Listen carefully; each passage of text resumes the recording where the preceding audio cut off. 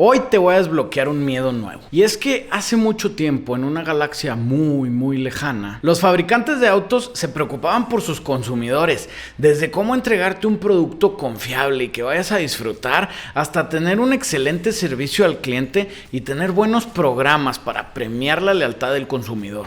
Pero hoy eso ya no se ve. Lo que sí se ve es cómo con cada innovación que hacen, la industria lo único que intenta hacer es tratar de ganar terreno e irte enredando poco a poco en un esquema que lo único que importa es cuánto dinero le puedo sacar a este. Y los gobiernos, en vez de cuidarnos, están bien distraídos contando todos los billetitos que les pasan. Y sí, gordo, ya sé que exageré un poquito en esta introducción, pero es que en serio, con las cosas que te voy a contar, vas a pensar muy bien antes de confiar en las armadoras.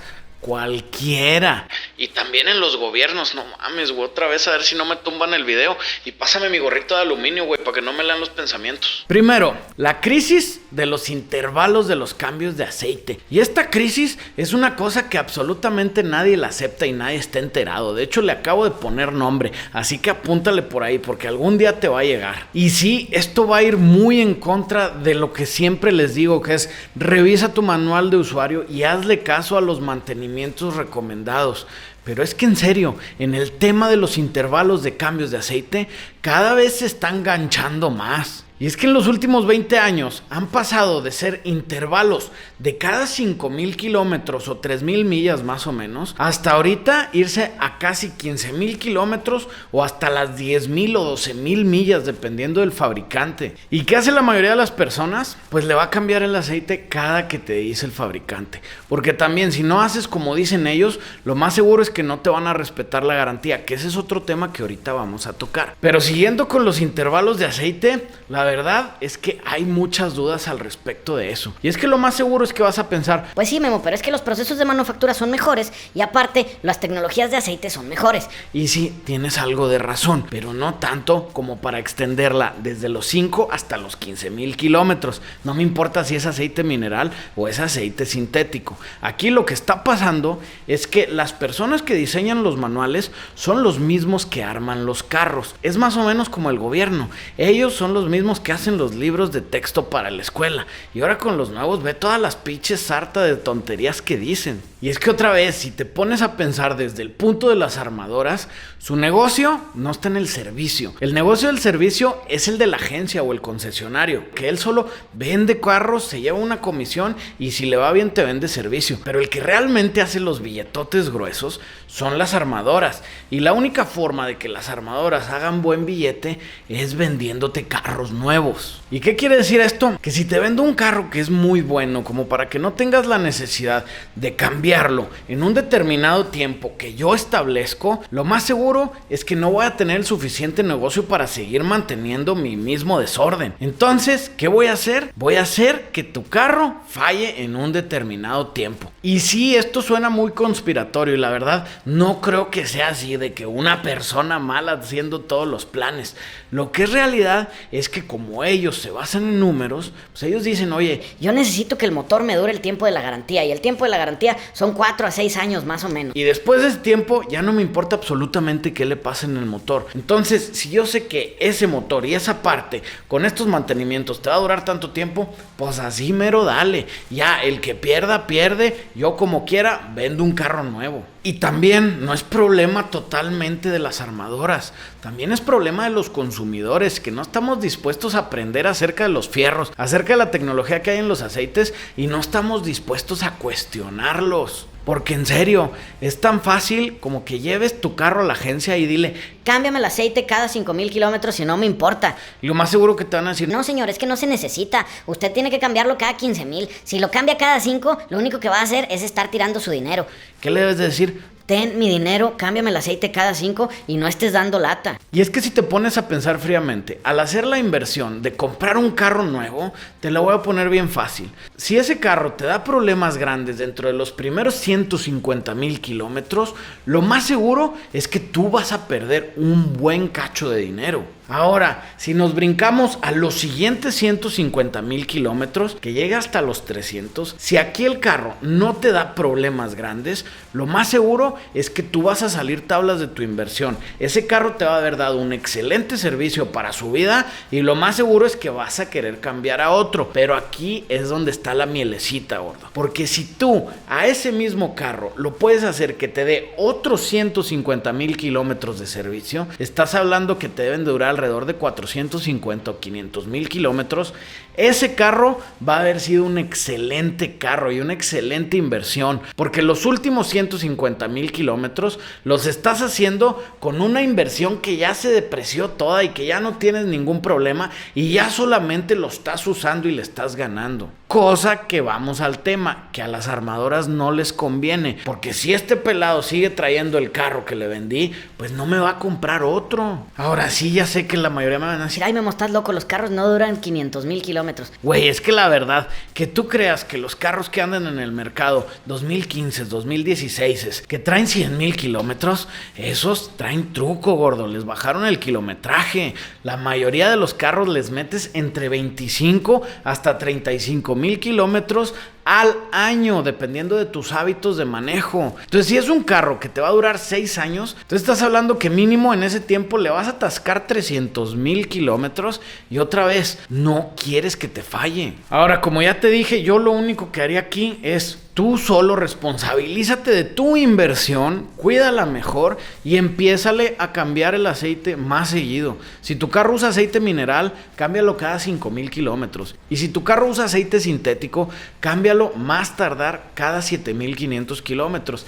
Y siempre que le hagas un cambio de aceite, cambia el filtro de aceite. Y ahora, tampoco tienes que gastar en el aceite más caro y más fresón. Lo único que necesitas es que el aceite sea de la especificación que te marca el fabricante y que el mismo aceite pase todas las certificaciones industriales. Que te voy a dar un tip. La mayoría de los aceites que venden en las refaccionarias decentes son aceites que pasan todas las certificaciones industriales. Entonces no tienes que ponerle nada especial. Y de ahí nos vamos al otro tema que ya les había adelantado antes, que son las garantías pedorras. Te obligan a que hagas el servicio con ellos. Te obligan a que todas las partes se las pongas con ellos. Y tú dices, bueno, ¿a costa de qué? Bueno, a costa de que te voy a respetar una muy buena garantía. Y hasta aquí, pues hace mucho sentido. Si te lo llevo para los servicios, igual y me va a costar un poquito más que si los hago yo o los hago en otro taller por fuera, pero voy a mantener la garantía de mi carro. ¿Pero qué crees? Casi nadie leemos las letras chiquitas de las garantías. Y es que muchas veces te las ponen como que garantía de motor, transmisión y tren motriz de 5 años o hasta 150,000 kilómetros. Y tú dices, con madre, me voy en mi carrito, lo que le pasen esos 5 años al motor o al tren motriz, yo voy, lo regreso y me lo arreglan. ¿Pero qué crees? Eso no pasa, güey. En las letras chiquitas dice, sí es en el tren motriz, pero cubrimos esta y esta pieza. Y te voy a poner un ejemplo sencillo. En la garantía está cubierto el monobloc y el cigüeñal. Pero si a los primeros 20,000 kilómetros te empieza a tirar el retén del cigüeñal, tú lo llevas y van a decir, uy, no, jefe, fíjese que ese no está cubierto por la garantía porque es una pieza de desgaste, entonces ese no se lo vamos a cubrir. Ahí le va la notita y le va a tener que meter unos 30, 40, 50 o hasta 100 bolas, dependiendo de qué carro y qué agencia.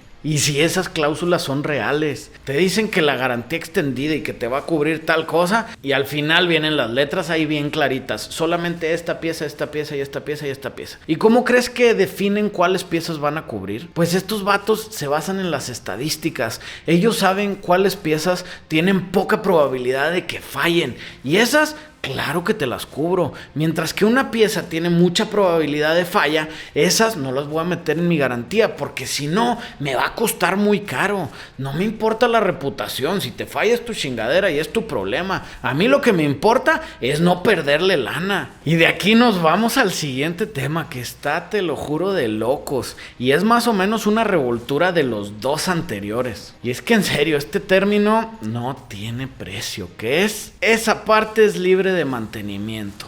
¿En qué cabeza crees que cabe que existe una parte mecánica libre de mantenimiento? Los vatos que se inventaron ese término también se inventaron el tu vieja sí te echa lonche, y también se inventaron en México ya no hay corrupción. Es que en serio, gordo, hazme el chingado favor. Tú sabes, no existe la borrachera sin cruda. Sí, yo también ando bien, pero crudo, siento diatero, los ojos sumidos. No existe el estar tragando todo el día sin engordar. Y un refresco grande de dieta. Es que quiero adelgazar. Y tampoco existe el me voy a ir a pistear con mis compas sin haber lavado todos los trastes. Ponme a trapear o a barrer, pero a lavar los trastes ya no. Aquí el tema es que ese término lo único que significa es que te va a durar hasta que se chupe. Y una vez se chupe, te voy a vender uno. Y lo más seguro es que va a ser bien caro.